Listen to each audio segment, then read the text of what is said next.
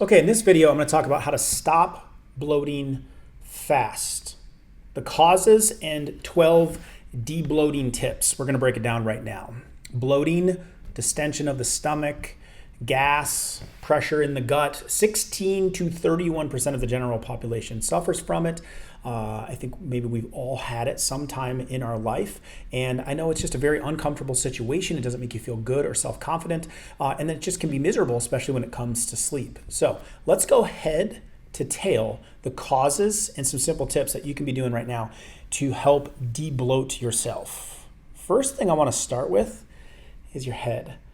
And stress levels, this one, it can be kind of obvious, but not intuitive for a lot of people, creates inflammation in the body, creates inflammation in the abdomen, and that leads to bloating. So if you are suffering with a lot of stress levels, I would start there for your bloating issues, finding ways to decrease stress. This could be as simple as our 1-minute breathing exercises to help decrease it, of taking adaptogenic herbs like ashwagandha or rhodiola, or getting little brain breaks throughout the day. So starting with the head first. Then we just move our way down. The second area to focus that creates bloating is what goes in your mouth.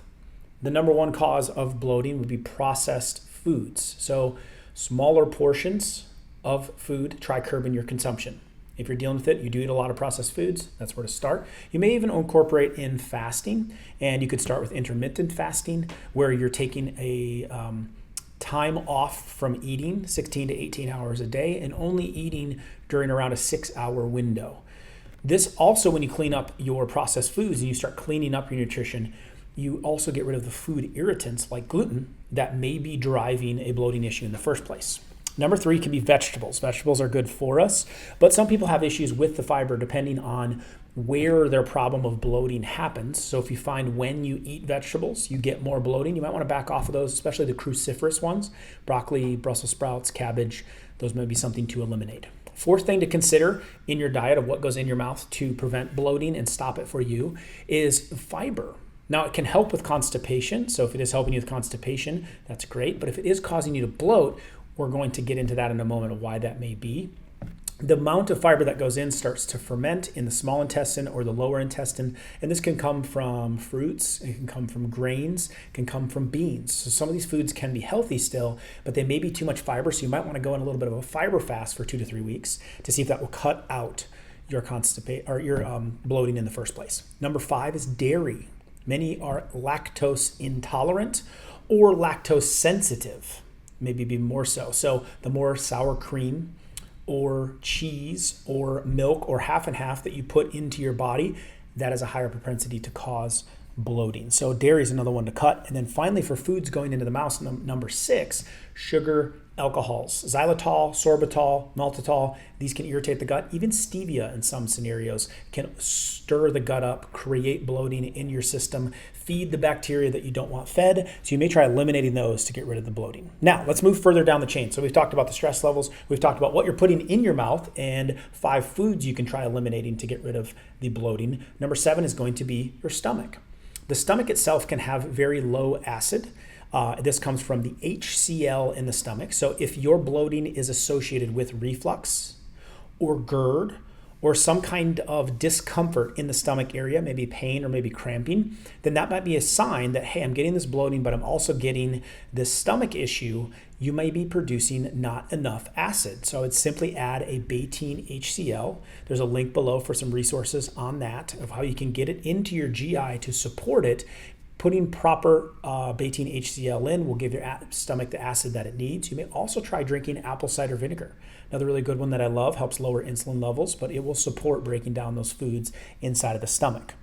Moving lower, number 8, could be the liver or gallbladder that's creating problems for you, especially if you don't have a gallbladder. If you find yourself belching a lot with the bloating, maybe some pain or tenderness, and you can actually palpate this under the rib cage. If it is painful or tender under there, then we want to support the liver, we want to support the bile. And you do this through bile salts, you do this through ox bile, especially if you don't have a gallbladder. I see a lot of people clinically with this issue. Simply supplementing in a substitute for bile will help that gallbladder function, take some stress off of the liver, and that would eliminate or decrease the bloating if you have some of those symptoms. So ox bile is what you want to look for. There's resources below on that. Next, moving down to the small intestine. So number 9 is the small intestine. So we're just working our way all the way from mouth to tail. In the small intestine, what will start to happen is that you may not be breaking your food down properly. This is the many feet of digestive tract that you have that's breaking that nutrient down, helping to absorb the nutrients that it needs. And if you don't have enough enzymes in the small intestine, you can't break the food down. So you may see this show up in your bowel movements. The bowel movements may be fatty, meaning that they float and you're not digesting them enough. You may have abnormal bowel movements than what you would normally have when it comes to consistency, when it comes to regularity, and you're just simply not digesting your food, specifically the fats. If that's the case, you want to add in some digestive enzymes. Papaya and pineapple are good sources of digestive enzymes. You can also take digestive enzymes to support the GI support, which is part of the resources we have below. And then number 10, if we move a little bit further into the small intestine, you can also get bacterial overgrowth in there. So the bacteria are putting off a fermentation process. They're eating, and their waste is like fermentation in the gut, and that creates that extra air. So if you feel like kind of a lot of gassiness going on in the lower area, that's what's creating to the bloating. Think opening a carbonated beverage, right? That it's bubbling up. That's what the bacteria are doing as they're eating. So this is small intestine bacterial overgrowth. Now there is bacteria in your small intestine, there should be, but much of it moves up from the large intestine. The wrong bacteria are in the place that it should not be. And the food is fermenting too early. It's fermenting in the small intestine. So if you eat fiber, vegetables, fruits, beans, and you feel worse after eating those foods, certainly you can remove those foods like we talked about above, but that might be a warning sign that you have issues of bacterial overgrowth in your small intestine. Likewise, if you take a probiotic and it makes you more bloated or you feel worse, that might be an issue with the small intestine. Now, certain prebiotics and postbiotics are going to help this condition, as well as specific probiotics. However, you've got to be very specific on which type you take. But if any of those foods irritate it, then I would back off the fibers. I would back off the sources of the probiotic that you are taking so that your gut can heal. You can also use some certain specific herbs to help sort of detox. Maybe yeast has gotten out of hand in there. Maybe there's other microorganisms involved. You maybe need to do a microbe cleanse. Now, number 11, if we move a little bit further, we go into the large intestine. Now, if you feel better, the opposite, when you're taking fermented foods, if you feel better when you're taking a probiotic or a prebiotic or a postbiotic, then more than likely you're having colon issues going on and it's making you more regular. So if you take those fermented foods, you take the fiber, you take the probiotics, and it helps move your bowels along, and that feels better, and you don't feel so distended and you don't feel so bloated, then it's a large intestine issue.